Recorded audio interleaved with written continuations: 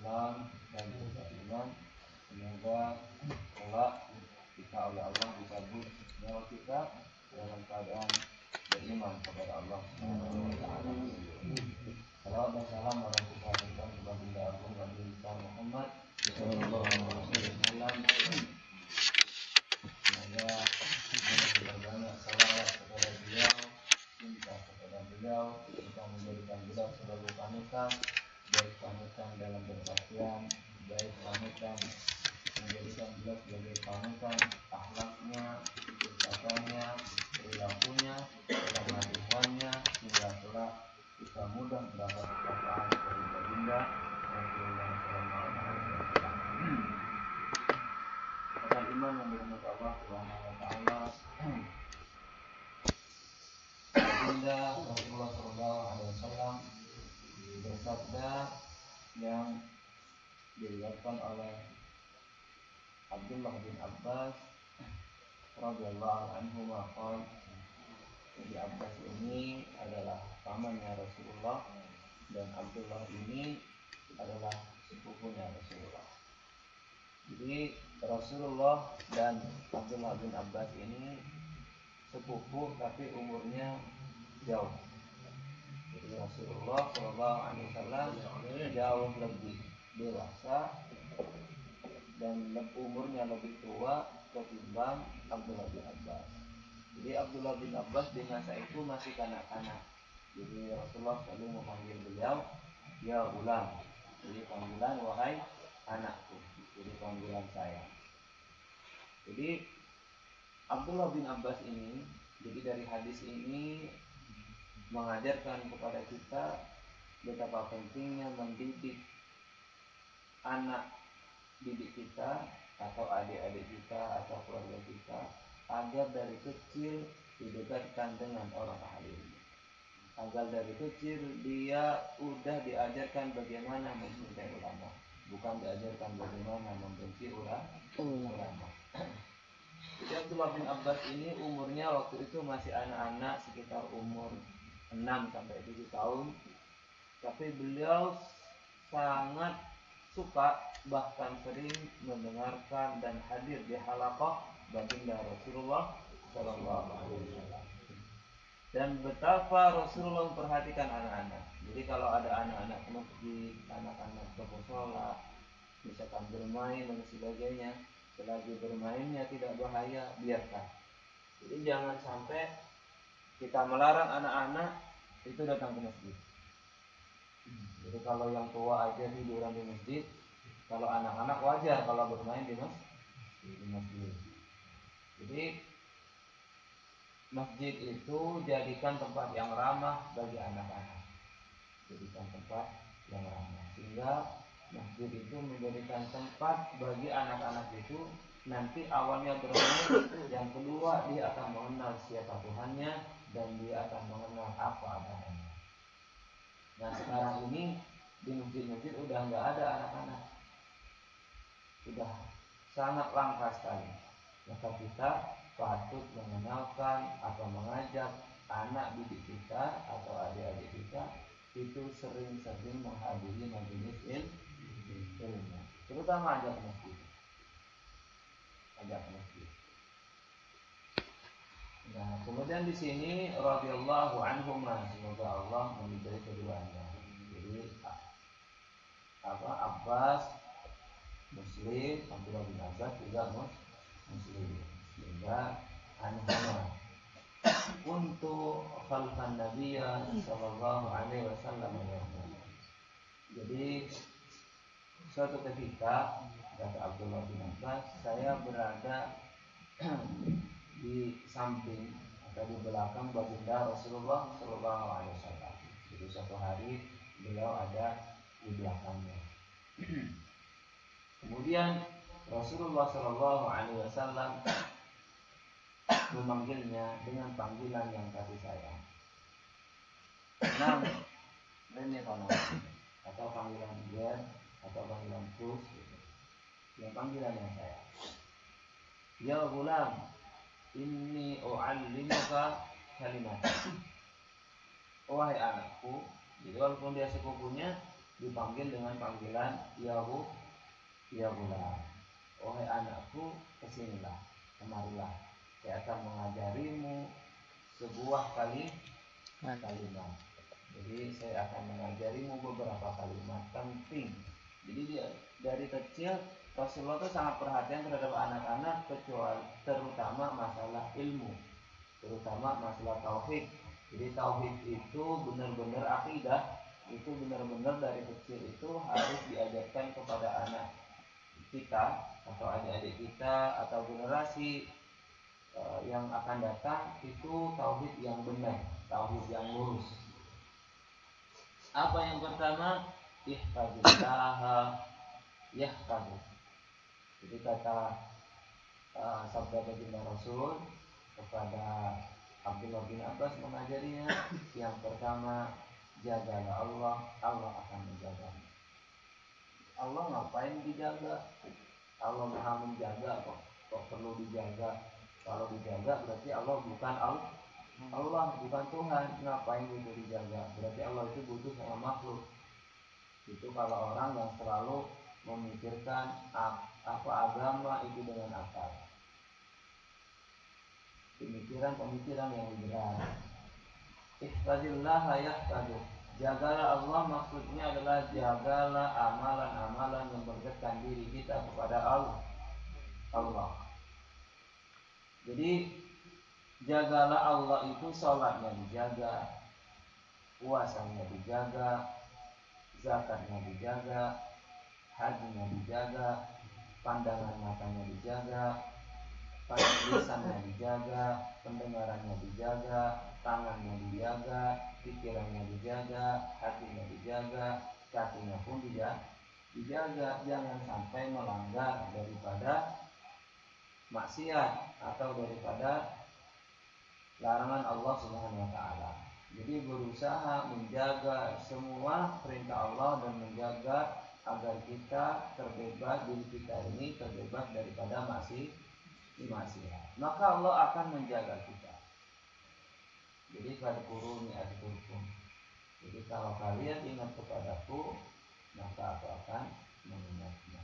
Kalau engkau mengingatku, di satu perkumpulan yang banyak kayak kita berzikir, berkumpul bersama-sama, maka Allah akan mengingat kita, menyebut nama kita dalam perkumpulan yang lebih besar daripada perkumpulan kita ini.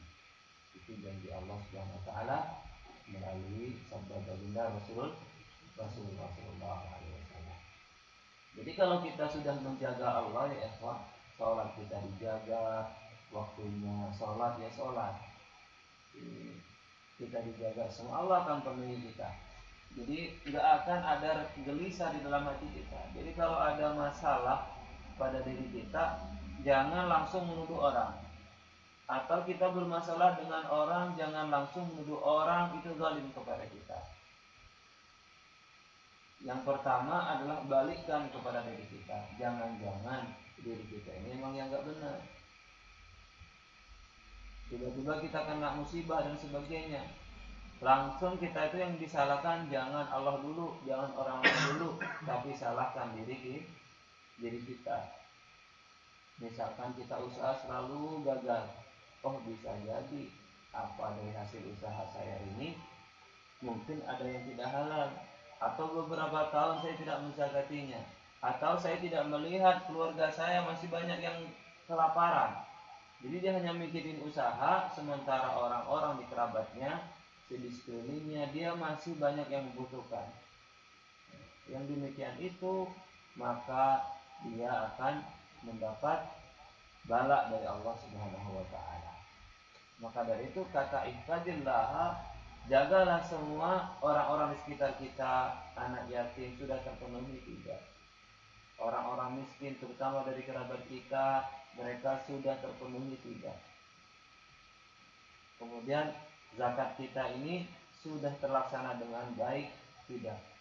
Kemudian kewajiban kita kepada ibu kita sudah baik apa tidak? Kewajiban kita kepada ayah kita sudah baik apa tidak? Jangan-jangan sebaliknya, setelah ke Korea kita pelit ke orang tua, setelah menikah kita pelit ke orang tua, lebih takut kepada istri ketimbang takut kepada orang tua. Padahal yang melahirkan kita bukan istri kita, yang melahirkan kita adalah orang tua kita. Kita mencingin orang tua, kita meludahin orang tua, kita bikin susah orang tua, kita bikin gak bisa tidur bapak ibu kita, sampai keringatnya, sampai orang tua kita subhanallah. Kita jangan lupa kepada mereka. Bahkan orang tua pun kalau minta uang kepada kita kadang seperti bos, membentak orang tua, selalu menanyakan buat apa dan sebagainya. Itu bukan hak kita. Kewajiban kita adalah bukan menanyakan, tapi kewajiban kita adalah memberikan sesuatu yang terbaik buat orang tua. Kalau sudah dijaga perintah Allah Subhanahu wa taala, maka yahfazu, apapun Allah jaga. Umur kita dijaga, mata kita dijaga, lisan kita dijaga, telinga kita dijaga, hati kita dijaga, dan semuanya amalan kita dijaga oleh Allah Subhanahu wa taala. Ihfadillaha tajiduhu tujahaka. Jagalah Allah Subhanahu wa taala, jagalah perintah Allah Subhanahu wa taala, jauhilah larangan Allah Subhanahu wa taala, tajiduhu tujahaka. Maka engkau akan menemukan apa yang ada di hadapanmu. Apa yang di hadapan kita? Kita punya cita-cita, ingin punya cita punya ini dan sebagainya, ingin punya rumah, Allah kasih rumah yang dimana di dalamnya ada Baitul Jannah. Ada orang minta rumah megah, bikin rumah lantai 2 bahkan lantai 3, tapi di dalamnya tidak ada yang namanya ketentraman, kebahagiaan, tidak ada sakinah, tidak ada kasih sayang, apalagi rahmat Allah Subhanahu wa taala enggak ada di dalamnya. Maka cita-citanya tetap gagal. Walaupun dia punya rumah dan sebagainya, punya tubuh yang sehat, dia cita-cita tubuh saya sehat sebagainya, tapi tidak digunakan untuk ibadah kepada Allah, berarti cita-citanya belum Allah penuhi. Kita oleh Allah diberikan kebahagiaan di dunia dan di akhirat apabila cita-cita dan niat kita lurus karena Allah Subhanahu wa taala. Bikin rumah bukan untuk pamer-pameran, bikin usaha bukan untuk menunjukkan. Nah sekarang ini mohon maaf, teman-teman banyak selalu pamer usaha di Indonesia, selalu pamer alhamdulillah beli mobil, nggak usah diupload mobilnya,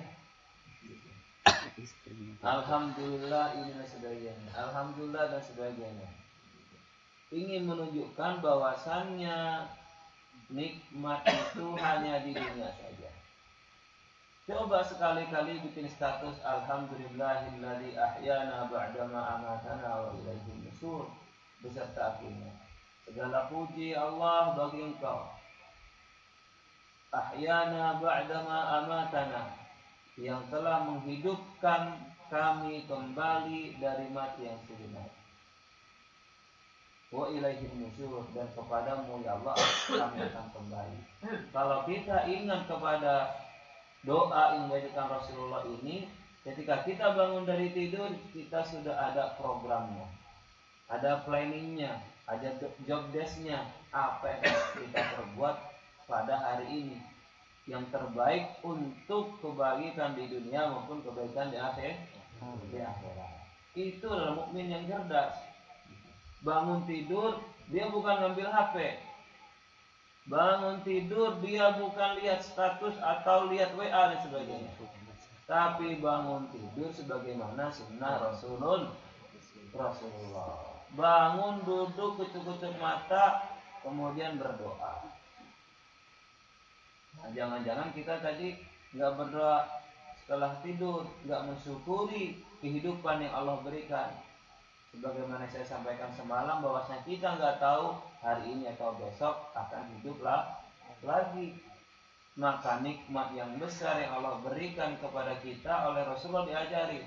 Umur yang Allah berikan ini diajarin agar kita berterima kasih kepada Allah dan mengisinya dengan perbuatan-perbuatan yang mendapatkan ridha Allah Subhanahu wa ta'ala.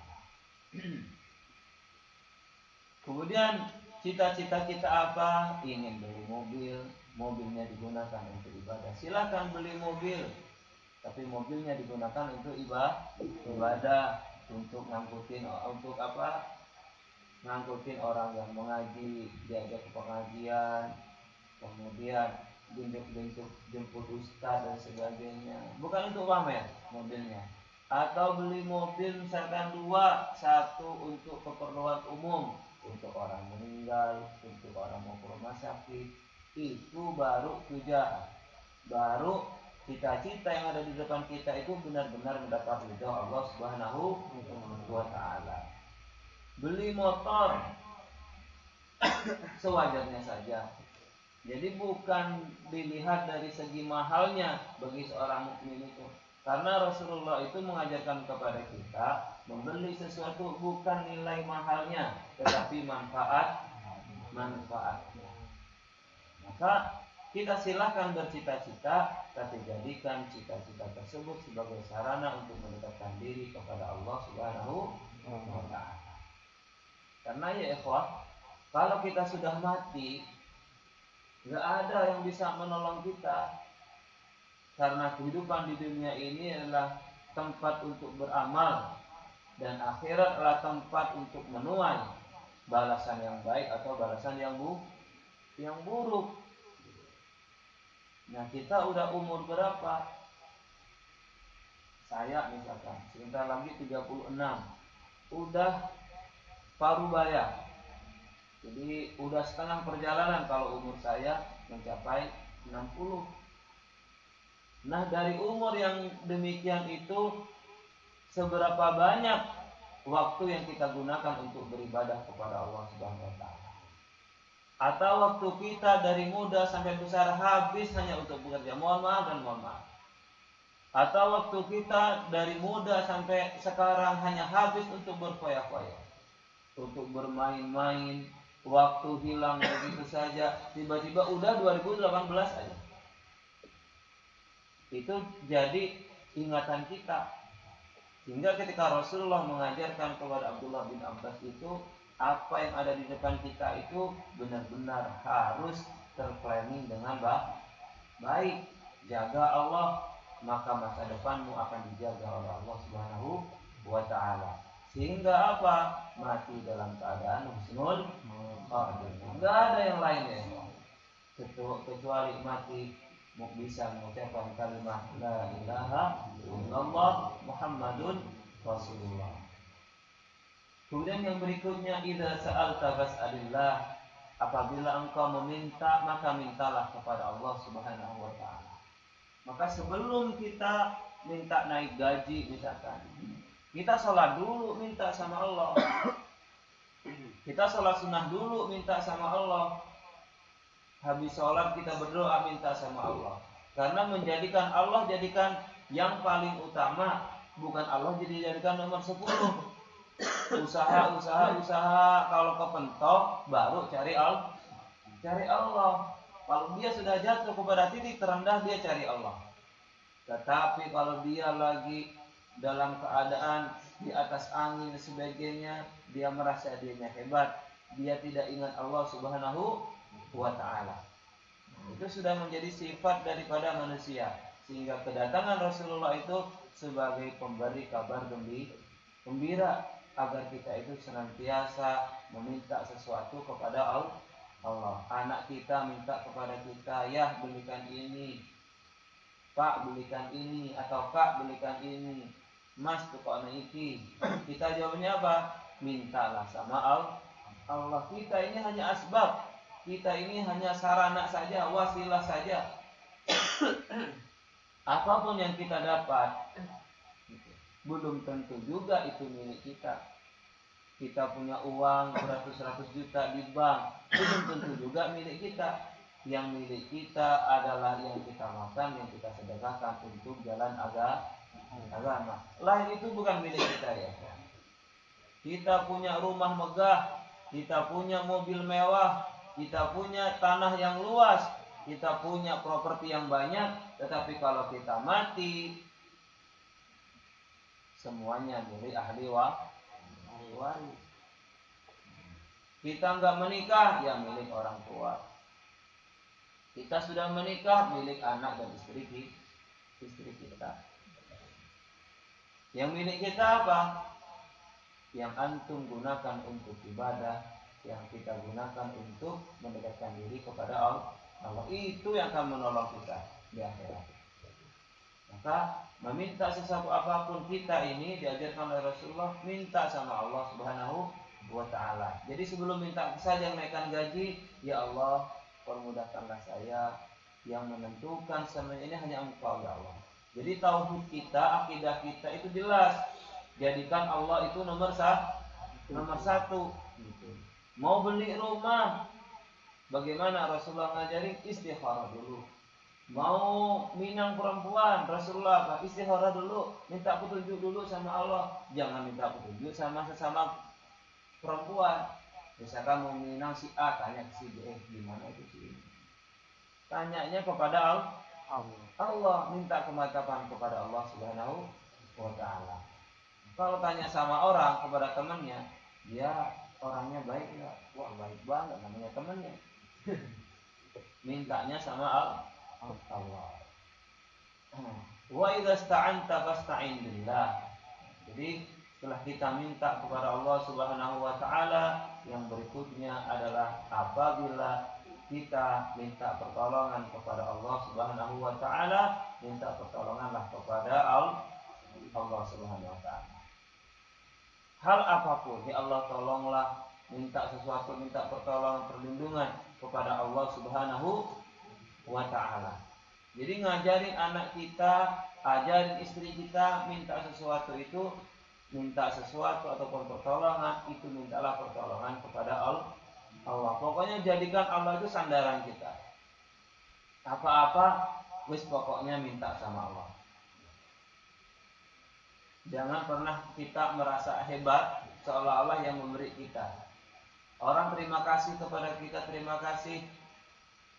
Memang dalam kata Rasulullah, barang siapa yang tidak bersyukur kepada manusia, dia tidak bersyukur kepada Allah. Tetapi kita yang mendapatkan ucapan terima kasih, kita balikin. Saya ini cuma wasilah. Semua itu adalah dari Allah Subhanahu wa ta'ala. Karena sejatinya orang kaya itu ya ujian, orang miskin juga ujian. Kita jangan bangga ketika diberi kekayaan oleh Allah Subhanahu wa ta'ala.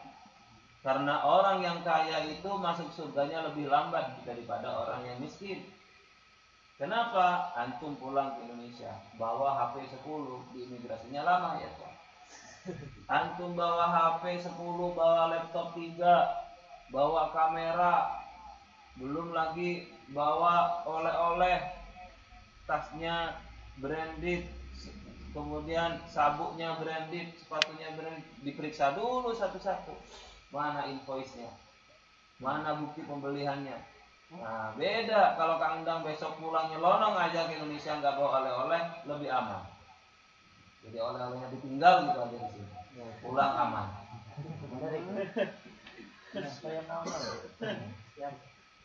Kemudian wa'lam annal ummata law ijtama'at ala an yanfa'uka bi syai'in lam yanfa'uka illa bi syai'in qad katabahu Allahu lak. Wa in istama'u ala an yadurruka bi syai'in lam yadurruka illa bi syai'in qad katabahu Allahu alaik. Wa fi'atil aqlam wa juffatis suhuf. Rawahu Tirmidzi wa qala hadis hasan sahih wa fi riwayat Tirmidzi istadillaha tajidhu amama. Jadi hadis ini sahih dan hasan. Jadi yang terakhir adalah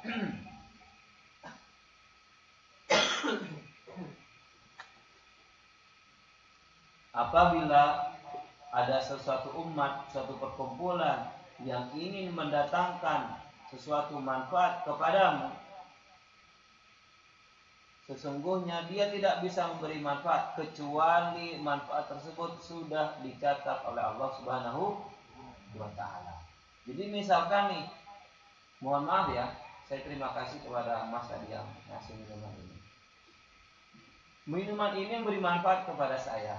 Sejatinya manfaat yang saya terima ini sudah ditetapkan oleh Allah Subhanahu wa taala. Kebaikan yang saya terima ini sudah ditetapkan oleh Allah bahwasannya jam sekian saya akan mendapatkan teh manis beserta air mineral yang mengantar ini. Itu semuanya sudah dicatat oleh Allah Subhanahu wa taala. Jadi kalau kita berkumpul bersama ingin memberikan sesuatu yang terbaik kepada seorang tanpa izin daripada Allah Subhanahu wa taala, maka perbuatan tersebut tidak akan terjadi. Wa ini jitama'u ala ayyadurruka bi syai'in. Kalaupun ada sekelompok orang yang menginginkan orang lain itu keburukan, atau dia ingin menzalimi kita, maka dia tidak bisa, keburukannya tersebut tidak bisa sampai kepada orang lain. Misalkan kita berencana pembunuhan berencana, tetapi pembunuhan tersebut tidak ditetapkan oleh Allah Subhanahu wa taala atau tidak diizinkan oleh Allah Subhanahu wa taala, maka pembunuhan tersebut tidak akan terjadi. Jadi semua yang terencana yang terjadi di dunia ini semuanya dalam ketetapan Allah Subhanahu wa taala. Jadi sudah dicatat di dalam Lauhil Mahfuz. Jadi kebaikan, kecelakaan itu semuanya sudah ditetapkan oleh Allah Subhanahu wa taala. Karena pena telah diangkat dan lembaran telah kering. Artinya apa? Ketika itu sudah dicatat oleh Allah di dalam Lauhil Mahfuz. Udah kering itu udah dari dulu, udah dicatat. Jadi semenjak kita itu di dalam kandungan roh kita sudah ditiupkan oleh Allah Subhanahu wa taala melalui malaikat, umur kita sudah dicatat oleh Allah Subhanahu wa taala. Kemudian masa hidup kita sudah dicatat oleh Allah Subhanahu wa taala. Rizki kita sudah dicatat oleh Allah Subhanahu wa taala. Kita berjodoh atau enggak sudah dicatat oleh Allah Subhanahu wa taala. Jadi kalau demikian, ngapain kita beribadah, ngapain kita berusaha, ngapain kita bela mati-matian kalau memang oleh Allah sudah dicatat. Misalkan si A ini sudah dicatat sebagai amal buruk, si B sudah dicatat amal baik. Artinya begini, Allah itu menciptakan semuanya itu berlawanan. Ada siang, ada malam, ada baik, ada buruk, ada surga, ada neraka. Tugas kita adalah mencari kita ini, takdir kita ini ke surga apa ke neraka. Jadi kalau ingin takdir kita di surga, maka kita harus ihfadillah yahfadu. Jadi kalau ingin takdir kita ini ingin ditakdirkan menjadi ahli penduduk surga, maka jagalah Allah. Datangilah majelis-majelis ilmu, beribadahlah kepada Allah. Tapi kalau takdir manusia memilih takdirnya di neraka, maka jangan datang ke masjid, jangan datang ke mushola, tapi datanglah ke Marebang, datanglah ke tempat minum minuman, datanglah ke tempat bermain dan sebagainya. Wajib. Allah itu sudah memberikan kita akal dan pikiran, sudah tahu mana yang baik, mana yang buruk. Kalau dia sudah dikasih tahu mana yang baik, mana yang buruk, dia milih yang buruk, berarti dia memilih takdir yang dalam neraka. Kayak kita, kayak jenengan misalkan, ditanya, kenapa harus beribadah kepada Allah? Kenapa harus menjaga Allah? Saya balikin lagi, ente kenapa datang ke Korea? Kok nggak duduk manis aja di rumah? Apakah rezeki itu akan datang? Tidak. Karena perintah Allah itu adalah kita wabashiru, agar kita menyebar ke muka bumi ini mencari nafkah, kemudian kembali kepada Allah. Artinya kembali apa? hasil nafkahnya itu digunakan untuk di jalan Allah, dan kepadanya pun nanti kita akan kembali. Maka dari itu ya ikhwatillah, qadarullah, jadi qadar dan qadar Allah Subhanahu wa taala ditekan kepada kita, kita tidak ada yang tahu. Tugas kita adalah bukan mencari tahu Allah itu ngasih saya ini ditekan sebagai apa. Tugas kita adalah beribadah kepada Allah dan mendekatkan diri kepada Allah sehingga kita ini cocok di hadapan Allah Subhanahu wa taala. Itu tugas kita. Sehingga di hadis lain ada orang yang ahli ibadah, ada orang yang ahli sedekah, ada yang orang yang ahli perang, tapi akhirnya masuk neraka. Kenapa? Karena dia niatnya bukan semata-mata karena Allah Subhanahu wa taala. Ada yang orang hafal Quran, berilmu masuk neraka ya ikhwah, apalagi kita yang misalkan tidak punya ilmu. Ini yang enggak punya ilmu sombongnya minta ampun. Enggak punya harta sombongnya minta ampun. Ini udah punya ilmu, hafal Quran, masuk juga ke dalam api neraka. Ini enggak punya ilmu, hafalan aja cuman alif kelas saja.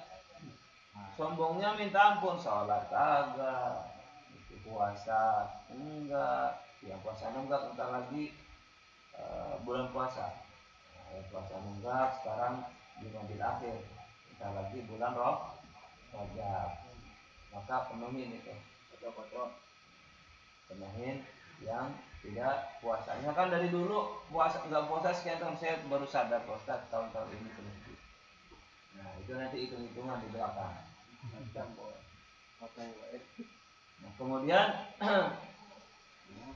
persiapkan nanti di bulan Ramadan ini, besok bulan Rajab, bulan Ashurul Hurum, maka jangan diisi bulan Rajab dengan perbuatan-perbuatan yang mendatangkan laknat Allah Subhanahu wa taala.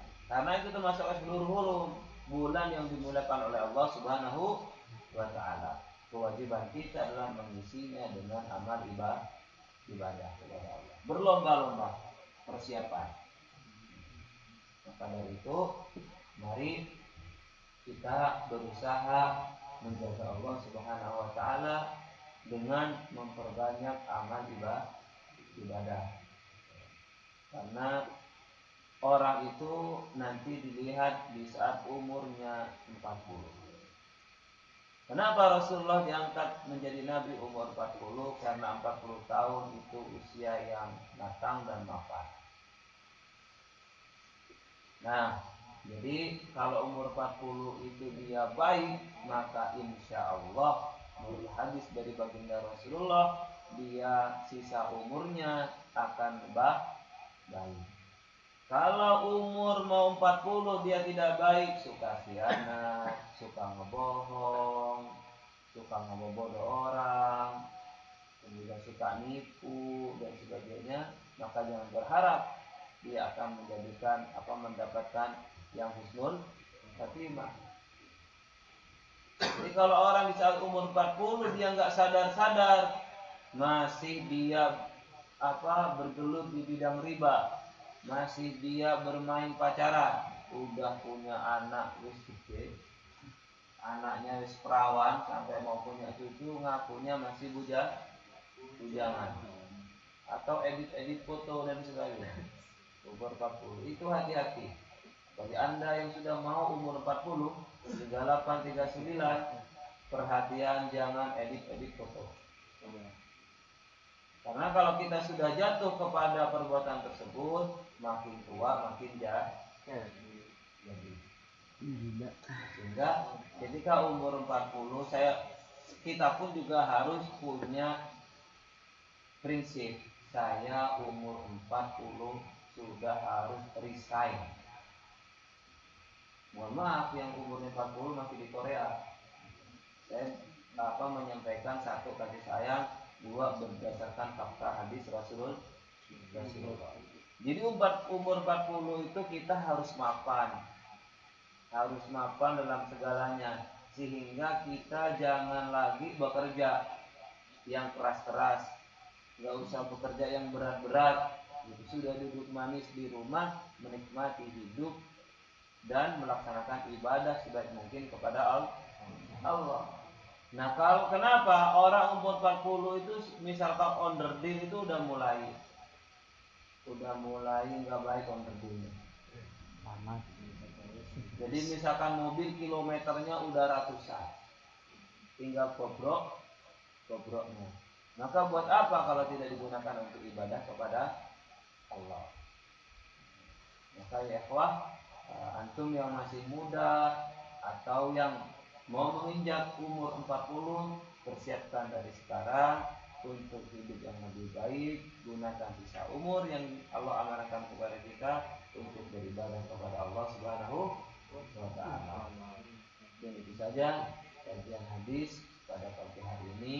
Semoga kita bisa mengamalkan hadis ini sehingga kita bisa mendapatkan stempel ahli surga, atau kita dijadikan sebagai umat yang terbaik daripada baginda Rasulullah SAW. Jadi tadi orang yang ahli mengaji masuk neraka, ahli sedekah masuk neraka, ahli berjihad masuk neraka, ahli ibadah masuk neraka, karena niatnya bukan karena Allah tapi ingin dipuji para. Jadi kembali ke tauhid lagi. Ini orang dan dia mendapatkan surga. Perbuatannya di dunia dia tidak sia-sia. Maka harus lurus niatnya. Ini saja. Di masjid sini dingin, saya nggak bisa tidur semalam. Anak saya juga nggak bisa tidur. Tapi alhamdulillah, kata Sayyidina Umar, alhamdulillah dinginnya nggak ekstrim di luar. Dimana orang yang misalkan di luar tidak bisa tidur kedinginan, tapi nikmatnya nggak bisa tidur itu malah jadi ibadah. Kalau ada pertanyaan silahkan bertanya, 3 saja.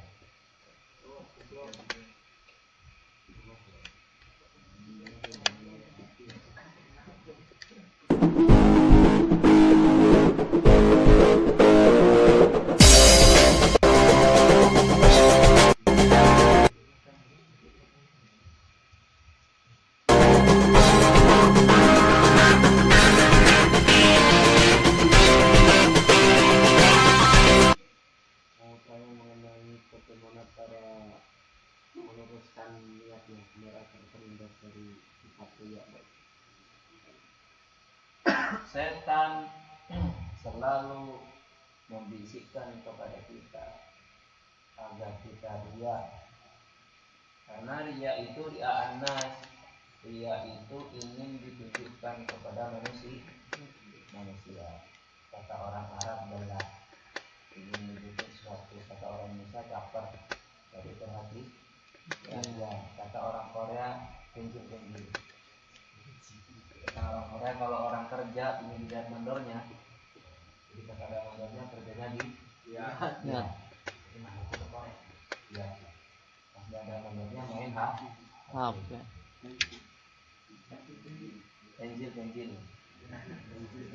Penjil itu kalau misalkan di laut ada ikan yang ke atas tuh, ke atas bawah melampung gitu. Atau pelampung ikan yang gini-gini itu penjil. Jadi orang yang misalkan penjili gitu, kalau antum misalnya penjili gitu, itu udah hati-hati. Berarti kita udah dituju kerjanya itu udah ikhlas. Jadi bagaimana kita agar niatan kita ini lurus karena Allah Subhanahu wa ta'ala. Kata Imam Al-Ghazali, seseorang itu sebelum dia mencapai fase ikhlas, dia akan melewati namanya riya. Orang itu ya sama, ketika baru dia belajar ilmu bela diri, baru dianya cuman tahap pertama saja, kuda-kuda saja dia sombong ingin menunjukin kalau dia belajar bela diri. Sama kayak kita dulu ketika mau ke Korea, dikit-dikit mau ngomong annyeonghaseyo aja. Di Indonesia belum ke Korea gitu, bilangnya annyeonghaseyo gitu. Atau pulang dari Korea sama temennya ngomong bahasa Koreanya hancur-hancuran gitu. Ingin nunjukin ke orang, aku udah tahu ke Korea. Itu kalau orang baru baru belajar. Jadi ketika orang itu baru belajar, baru berilmu, dia akan menunjukkan dirinya. Ha anada, itu loh aku bicara. Tapi kalau dia semakin ilmunya semakin bertambah, dia semakin tawadhu. Ilmunya semakin bertambah, dia merasa tidak ada apa-apanya. Bahwasanya ilmu yang melekat pada diri saya ini itu milik Allah, bisa saja dicabut oleh Allah. Nggak ada apa-apanya. Saya aja yang baca Quran, misalkan tadi aja lupa, kalau ngantuk lupa, nggak ada apa-apanya manusia. Nggak ada apa-apanya. Jangan merasa hebat, nggak ada yang hebat manusia ini. Nah, bagaimana cara meluruskan niat? Pertama, kita harus perangi dia dengan perbanyak istighfar kepada Allah. Kemudian yang kedua, bagaimana ketika Rasulullah mengajarkan salah satu sedekah. Sedekah itu kalau bisa tangan yang kiri, nggak tahu artinya apa. Berusahalah ketika kita beribadah itu di tempat yang sunyi atau yang sepi. Contoh, sholat sunnah itu sunnahnya di rumah, sholat wajib itu sunnahnya di masjid. Jangan dibalik. Jadi kalau sholat sunnah di masjid, kalau sholat berjamaah atau sholat wajibnya di rumah. Kenapa? Ingin agar terbebas daripada riya. Jadi yang pertama, riya itu harus dilawan, karena setiap orang pasti akan melewati fase riya. Maka bagaimana caranya?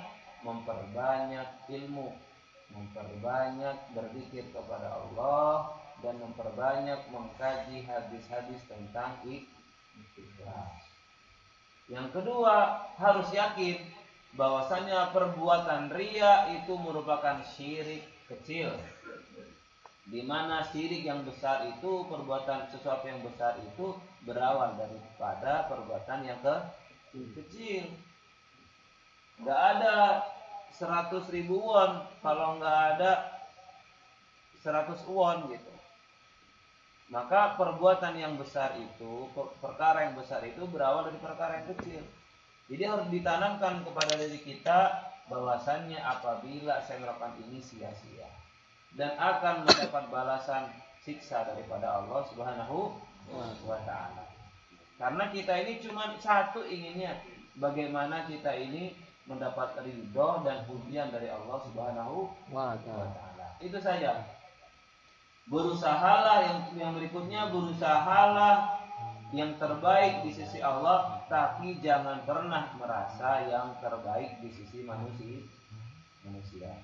Jadi upayakan hal usaha kita ini, kita udah semaksimal mungkin berbuat yang terbaik untuk Allah. Tapi jangan merasa kita ini terbaik di hadapan manusia. Jadi di antara teman-temannya waktu masjid sing paling ngajine paling pinter kurang. Semua santri ora putok. Liyane ki opo? Santri enggak tahu nyekek ya. Yang demikian itu langsung dicatat oleh Allah seburuk-buruknya manusia. Waliyadillah.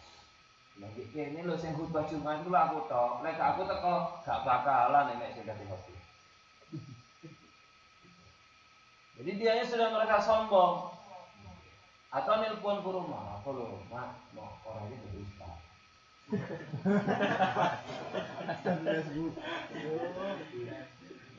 Atau ke istrinya, aku lebih alhamdulillah deh, mau ngomong ini, pas pokoknya alhamdulillah aku diangkat begini. anu aku deh, wis musola kan ora bakalan dadi. Acara pengajian apa? Aku ora teko, gak bakalan dadi, sombonge metu. Dadi pangeran sedih. Itu hati-hati. Atau di pabrik enggak berhubungan dengan ibadah. Iki anak babu ini. Hormat kabeh nang aku arek-arek anyar iki. Lah aku sing ngajari sapa? Wah, aku ki seniore gak hormat ya gak tak ajari. Mungkin ada atau orangnya memang ada di sini. Banyak. Jadi merasa kita ini hebat. Kalau kita sudah merasa hebat, apapun yang kita lakukan seolah-olah bukan ikhlas karena Allah. Jadi jangan merasa hebat. Bahkan harus takut terhadap apa yang Allah titipkan kepada kita. Sehingga ketika kita berniat kepada Allah harus ingin mendapat balasan dari Allah Subhanahu wa taala. Itu aja. Jadi motivasinya kan banyak dari Rasulullah tuh. Kita berniat dan kita laksanakan, niat saja. Saya mau ke masjid, tiba-tiba nggak ke masjid, sama istrinya diajak teleponan, tiba-tiba nggak ke masjid.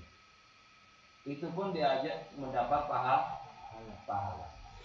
Jadi yang pertama perbanyak istighfar, yang kedua adalah senantiasa berusaha dan belajar mengkaji tentang bab niat dan bab ikhlas.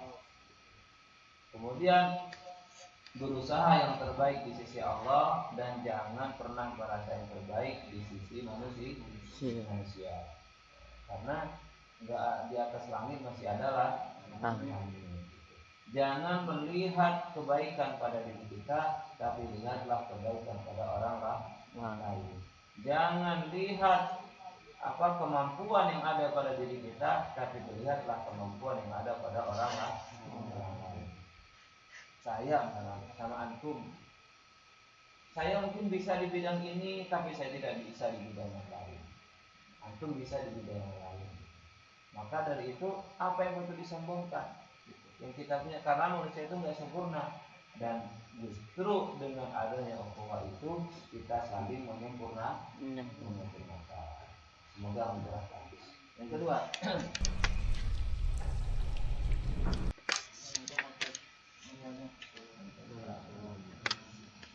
bagaimana cara kita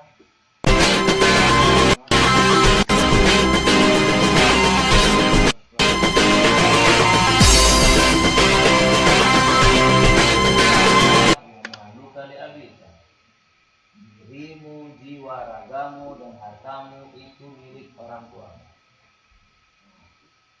Maka di sini ulama fikih, Imam Syafi'i, Imam Abu Hanifah, Imam Maliki, Imam Ahmad bin Hanbal berbeda pendapat dalam memahami hadis ini, tapi esensinya sama.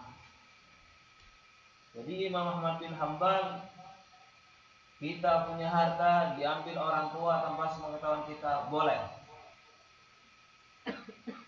Kemudian imam yang lain mengatakan bahwasanya boleh diambil orang tua asalkan orang tua ngambil sewajarnya.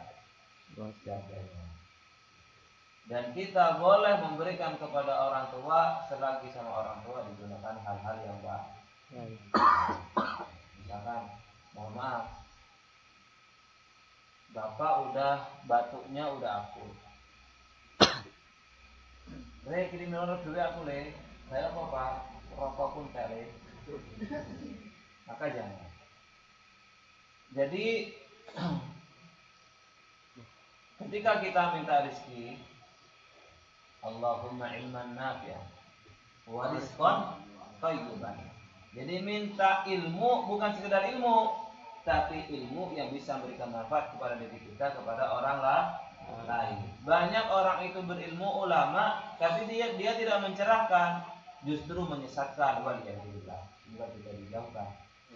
Kemudian yang kedua, banyak orang itu mendapatkan rezeki tapi tidak thayyiban, halal tapi tidak thayyiban. Contoh yang tidak thayyiban tadi, orang misalkan gula itu halal apa haram? Halal, tapi nggak baik bagi penderita diabetes. Daging kambing itu enak apa enggak enak? Enak. Tapi enggak baik bagi orang penderita darah. Jadi halal itu belum tentu baik. Sehingga Rasulullah itu subhanallah agamanya menjadi rezeki yang tergiban. Artinya apa? Kita ini disehatkan sehingga makan apapun itu enggak ada kendala, enggak ada pantangan. Makan durian enggak punya kolesterol. Makan durian takutnya apa? Kolesterol lah. Mau makan sayur kacang nggak berani, kenapa? Asam urat. Mau makan daging sate takut darah tinggi. Mau kopi manis nggak mau, takut diabetes. Maunya kopi siapa? Maka dari itu, bagaimana ketika kita memberikan kepada orang tua, berikan yang paling bijak, berikan sesuai kebutuhan. Itu yang pertama. Orang tua kita, misalkan kita punya harta benda sama orang tua, dibelikan sawah, sudah digarapkan kepada orang tua. Kita selagi muda, selagi sehat, nggak usah tanya hasilnya. Wong anta wa maluka li abika. Dirimu, jiwa ragamu dan hartamu itu milik orang tua. Sehingga kalaupun ada orang tua yang membunuh anaknya di dalam fikih, itu tidak dikenakan hukum. Karena apa? Anak itu dalam tanggungan orang tua. Maka dari itu, selagi orang tua kita masih ada, masih sehat, maka bahagiakanlah dia. Misalkan nunggu haji dari Indonesia 20 tahun. Orang tua udah 60 tahun. Sampai ke Pak Ustaz, orang tua saya minta daftarin orang Jepang. Berapa nunggunya? 20 tahun, 15 tahun. Ya nggak apa-apa, umrohin dulu. Bahagiakan dulu. Berapa sih umroh sampai gaji?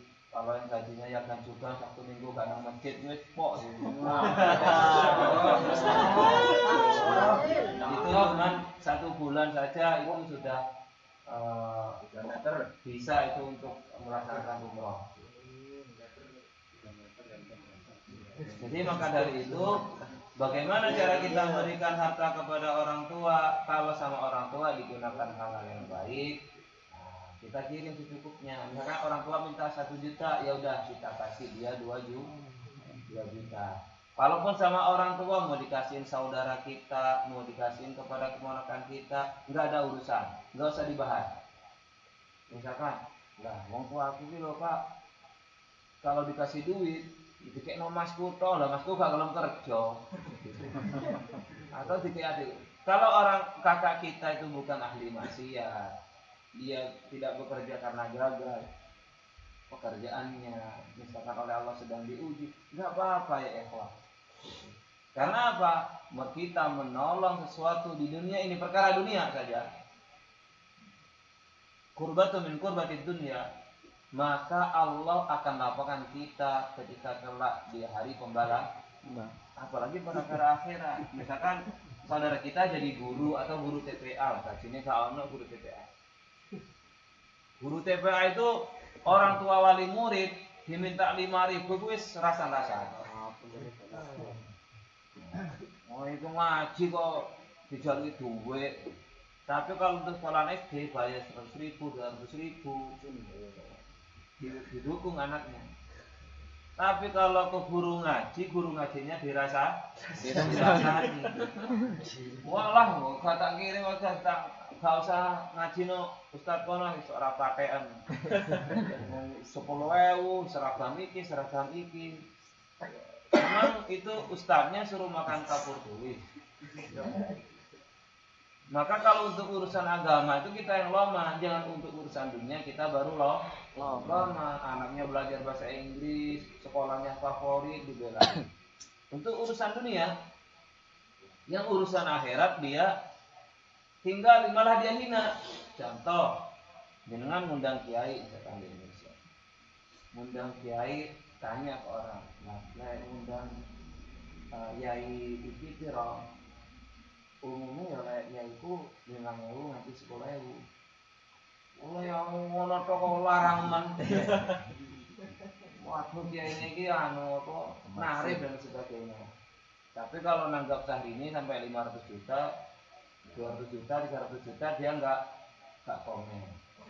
Padahal itu perkara maksiat kamu undang dangdutan, undang apa gitu kan, perkara maksiat. Pulang dari Korea temanya tasakuran bin nikmah gitu. Nah, undang dangdut. Diwongke waras apa waras. Maka dari itu bagaimana cara kita memberikan kepada orang tua? Kita nggak usah bertanya uang tersebut untuk apa. Yang kedua, cara kita berganti orang tua, kalau hari Jumat lagi lewat kotak, kalau kotak lagi lewat nih sholat Jumat di sini pun di Indonesia, bawa duit itu dua, misalkan 10.000, bawa 20.000. Oh, orang tua saya masih ada semua, bawa duit 30.000. Satu untuk saya, yang 20.000 untuk kedua orang tua. Itu baru anak yang berbakti. Jadi tidak memikirkan tentang dirinya saja, tapi memikirkan orang tua. Dan itu yang dikatakan sedekah, jangan sampai tangan yang kiri begitu. Nanti kalau tukaran sama orang tua, kau usah gitu mungkin. Sampai ini loh Pak, kunjungan ambil aku tak sedekah tiap bulan, gak usah gitu. Dan ketika kita cekcok sama orang tua, upayakan jangan orang tua salah maupun benar, kita jangan melawan atau menghardiknya. Atau jenengan misalkan baru hijrah artinya di Korea seneng omah ora tau sholat namanya. No Korea sholat, jenggoten, belajar sunnah. No omah, wong tuane gak sholat ngerokok, sampai langsung diunen-unen. Pak haram ngono Pak. Ngono iku haram Pak. Ora entuk ngono iku, jare aku ora entuk rokok kuwi haram. Nanti berantem sama orang tua. Enggak demikian. Kalau mendakwahi keluarga itu harus penuh hikmah. Ke orang aja kita harus pakai adab, apalagi ke orang tua. Jadi tunjukkan dulu akhlak kita yang baik, karena agama itu adalah akhlak, intinya pada akhlak. Walaupun dia ilmunya tinggi, ahli ibadah, tapi akhlaknya kepada orang tua tidak ada, nggak ada apa-apa. Nggak ada apa-apa. Belum. Jadi di Korea misalkan dianya udah ngamanin, tapi kalau nelpon ke orang tua bentak-bentak karena orang tuanya kecawe dan sebagainya. Bukan saya artinya melegalkan kecawe, tidak, tapi caranya mendakwai orang tua harus dengan orang di sana masih kental kan dengan budaya. Misalkan mau menikah tanya hari, cari hari dan sebagainya. Saya aja ditanya sama kerabat gitu. Le, adikmu apa nikah? Kapan golekno dino. Jadi ada adik itu maksudnya anak daripada keluarga saya gitu, kerabat itu mau menikah, tanya hari kepada saya. Terus saya bilang, udah pilih aja hari Jumat. Nah, engkau Jumat ini Jumat wae ya gak apa-apa. Kenapa? Sayyidul Al-Jum'ah itu Sayyidul Ayam. Jadi kita enggak nyakitin mereka, kemudian tidak melanggar syariat. Adapun dia mau Jumat, waktu lebih dan sebagainya bukan urusan. Yang penting Jumatnya itu hadis daripada Rasulullah. Yang terakhir,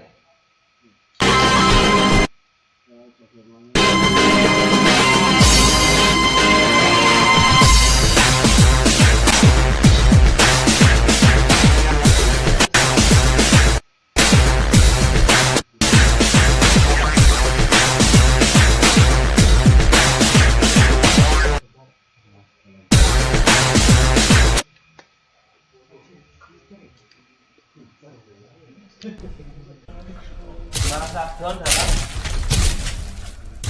artinya semangatnya berkurang.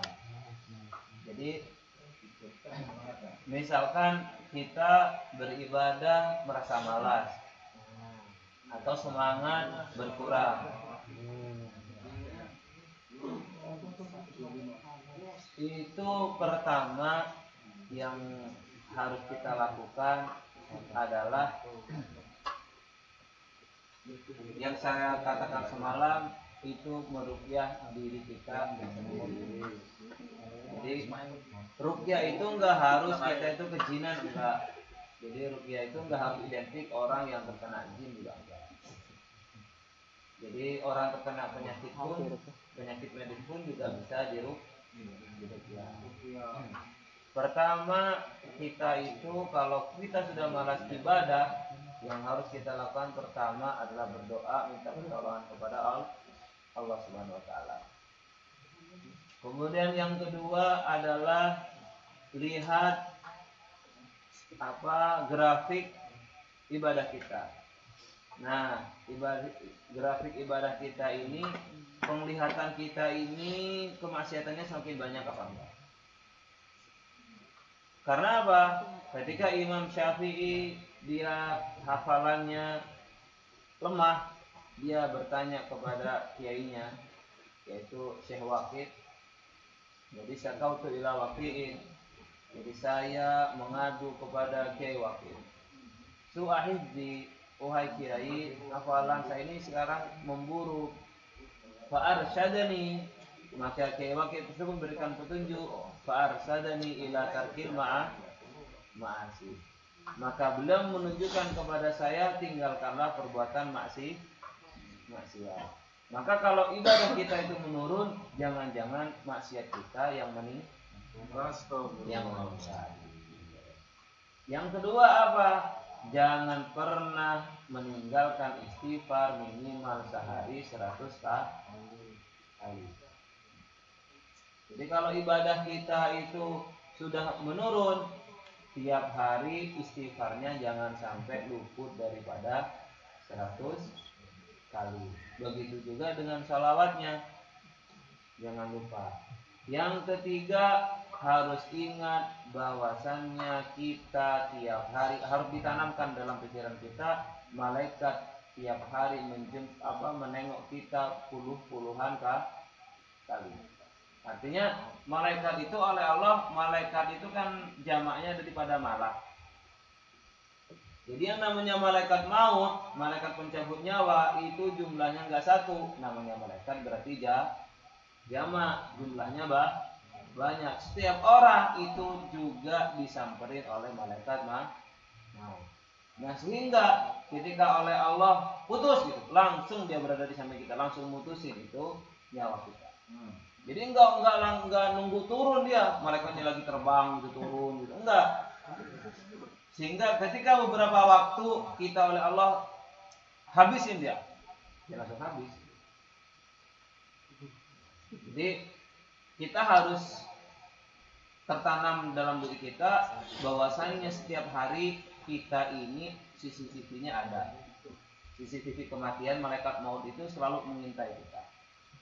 Yang keempat, selalu tanamkan pada diri kita bahwa di samping kanan kiri kita ada spionis, yaitu malaikat raqib dan HP nyolong, ada sesuatu bukan hak kita. Kemudian ini ada malaikat raqib, ada malaikat atid, mending dijumlahi. Atau mereka ingin melakukan sesuatu yang maksiat, harus tertanam pada diri kita.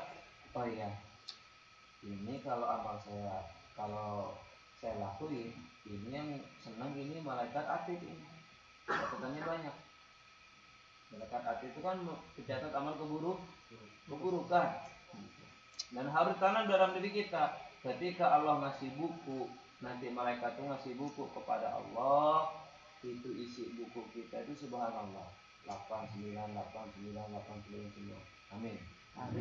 Jangan sampai isi bukunya tuh 54 merah-merah semua. Jadi ketika Rasulullah ditanya, ya Rasul, kenapa engkau berpuasa hari Senin, Kamis? Hari Senin itu hari dilahirkan aku. Cara bersyukur Rasulullah dengan beribadah, berpuasa. Kemudian yang kedua, hari Senin Kamis itu hari di mana amal itu dilaporkan kepada Allah. Jadi harus tertanam pada diri kita bahwasanya semoga amal yang dilaporkan kepada Allah ini amal saya semakin meningkat. Yang terakhir kata sabda baginda Rasulullah, jadikan hari ini lebih baik daripada hari kemarin, dan hari esok harus lebih baik daripada hari ini. Jika itu sudah kita tanamkan dalam hati kita, insya Allah amal kita bisa meningkat. Yang paling penting jauhi maksiat, baik maksiat anggota badan maupun maksiat berupa makanan. Jadi kalau kita nggak bisa menjaga makanan dari perkara-perkara yang syubhat, nah, jangan berharap ibadah kita itu terus meningkat. Karena apa? Bercampur dengan perkara yang syubhat maupun haram. Sama waqa fi syubhat faqad waqa fi haram. Jadi barang siapa yang jatuh terhadap perkara syubhat, sungguh dia jatuh terhadap perkara yang haram. Mengkoreksi aneh bosan dari perkara syubhat uang ya. Pemane Bapak beri Ustaz ngomongnya pena. Coba ngerasa anak kayak aku Bapak. Pasti anak-anak kalau ditanya hatinya gitu, ngomongnya pena. Di Korea ini ya kawan masih banyak pilihan. Kecuali kita kayak di hutan, gak ada pilihan, adanya babi itu aja. Di Korea ini masak telur juga kita bisa, beli Indomie juga ada, pop mie ada, mie ABC ada, yang halal masih banyak. Jadi nggak ada alasan untuk kita hijrah kepada perkara yang halal. Mau masjid ayam mahal, terus mau masjid ayam 6.000, mau pasar 2.000. Masjid 6.000, 6,5. Mau masjid yo apa ngarang kok pitik 6.500, mau pasar 2.000. Kok pasarai hemat. Padahal dia sedang menabung perkara yang haram. Nah, kalau sudah di tubuh ini bercampur perkara haram, maka ibadah itu semakin berat. Sehingga wala talbisul haqqa bil batil. Jangan campurkan perkara yang hak dan perkara yang batil, enggak akan bercampur. Jadi Allah itu gak akan meridhoi sesuatu yang lurus dicampur dengan maksiat. Jadi taat itu gak bisa bercampur dengan maksiat. Itu saja. Apabila tidak memuaskan, mohon dipuaskan. Waktunya sudah jam 7. Semoga kajian pada pagi hari ini mendapat ridho Allah Subhanahu wa taala. Kita bisa mengamalkan dalam kehidupan kita sehari-hari, dan semoga kita diberkahi oleh Allah Subhanahu wa taala melalui doa Nurul. Amin.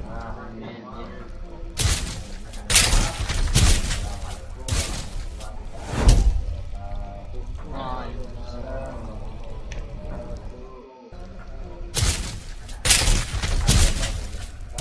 Asyhadu an la ilaha illallah wa atubu ilaih.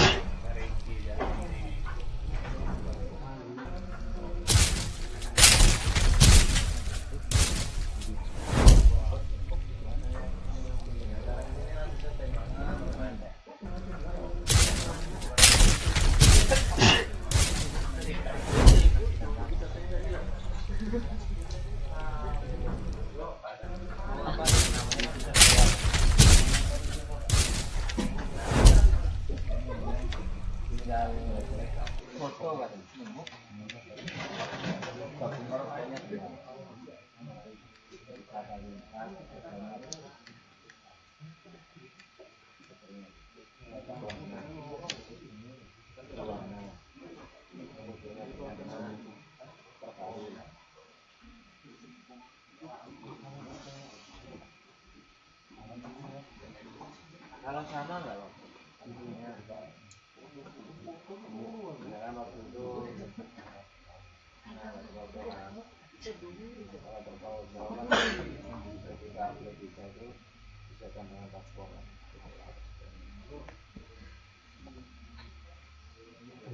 kantong korea baru terpanjang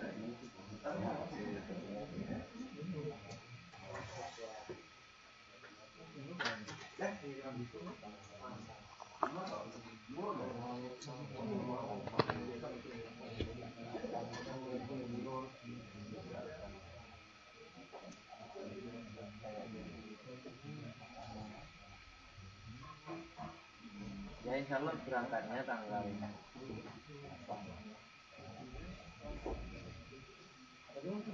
kloter sih tanggal 8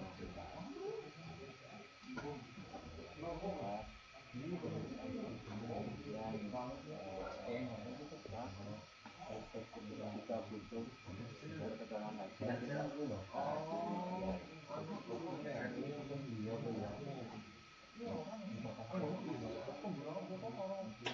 orang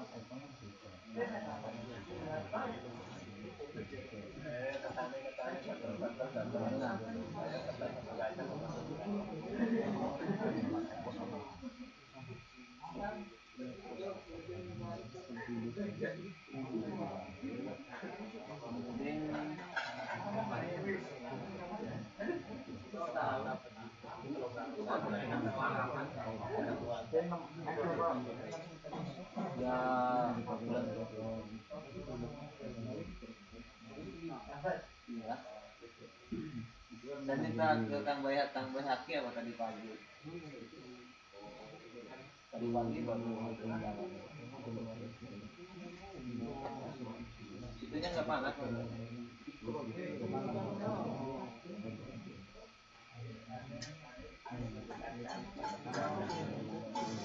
saya nggak bisa orang gantian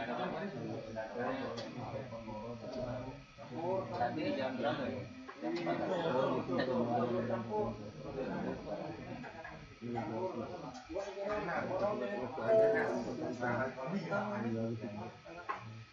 Tapi di yang lain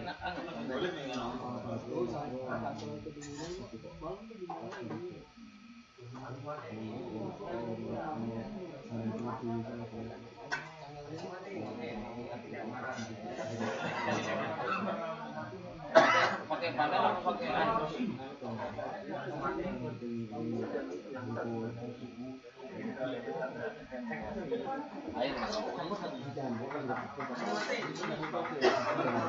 Kalau pakai minyak berarti kan memanasnya air.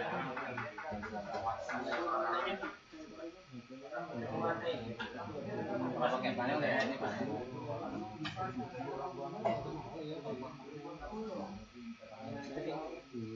Biasanya di itunya tuh kan ada buangan air. Biasanya kan itu isi udara itu kan. Nah itu ada kayak kerannya itu dibuka airnya biar keluar dulu. Biasanya kalau isi udara kan panasnya nggak sampai.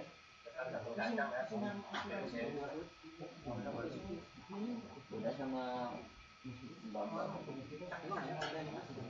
banyak pulang semua di itu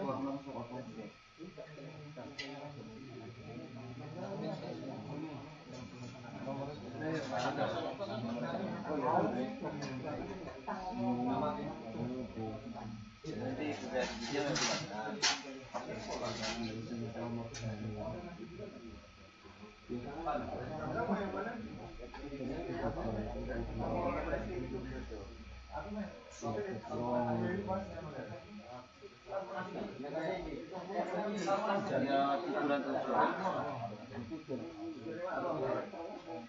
kan ngurusin aplikasi itu apa? Yang ngurusin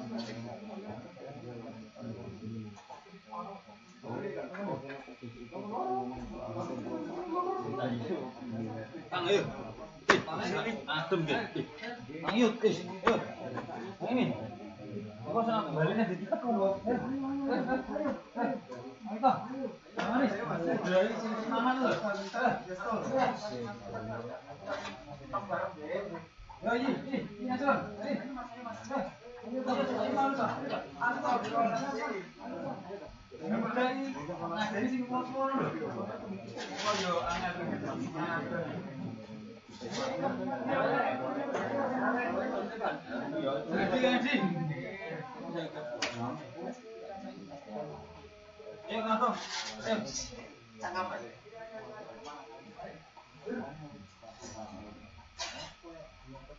yang bulan 6.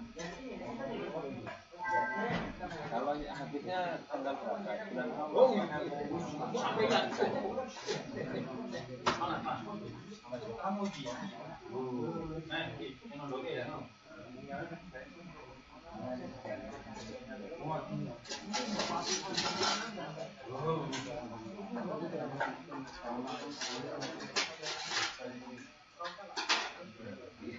masih lama.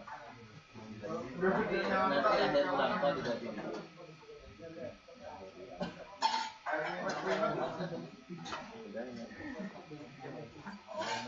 petan.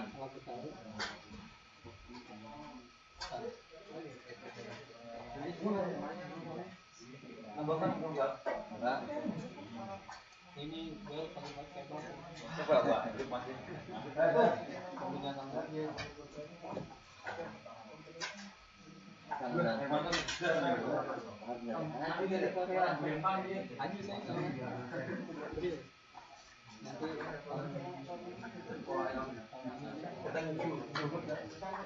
Ada.